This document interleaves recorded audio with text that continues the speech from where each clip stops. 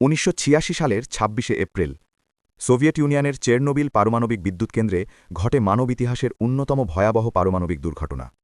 বিস্ফোরণে প্রাণ হারান ৩১ জন মানুষ। বিকিরণের প্রভাবে আক্রান্ত হন প্রায় ৩,৪০,০০০ মানুষ। একটি সমৃদ্ধ শহর মুহূর্তেই পরিণত হয় পরিত্যক্ত ভূখণ্ডে। বর্তমান ইউক্রেনের অন্তর্গত চেরনোবিল আজও সেই বিপর্যয়ের নীরব সাক্ষী হয়ে দাঁড়িয়ে আছে। কিন্তু ধ্বংসস্তূপের মাঝেই বিজ্ঞানীরা খুঁজে পান এক বিস্ময়কর আবিষ্কার। চুল্লির ক্ষতিগ্রস্ত দেয়ালে জন্ম নিয়েছে এক কালো ছত্রাক, ক্ল্যাডোস্পোরিয়াম স্ফিয়েরোস্পার্মাম, যা গামা বিকিরণ থেকেই শক্তি সংগ্রহ করে বেঁচে থাকে। এই জীব রেডিয়েশন শোষণ করে রেডিওসিনথেসিস নামের এক বিশেষ প্রক্রিয়ায় শক্তিতে রূপান্তর করে, যেমন উদ্ভিদ সূর্যালোক ব্যবহার করে সালোক সংশ্লেষণ সম্পন্ন করে। গবেষকদের বিশ্বাস, এই অদ্ভুত ছত্রাক ভবিষ্যতের মহাকাশ ভ্রমণ এবং পরিবেশ পুনরুদ্ধারে নতুন সম্ভাবনার দ্বার খুলে দিতে পারে। ধ্বংসের মধ্যেও প্রকৃতি খুঁজে নেয় বেঁচে থাকার নতুন পথ।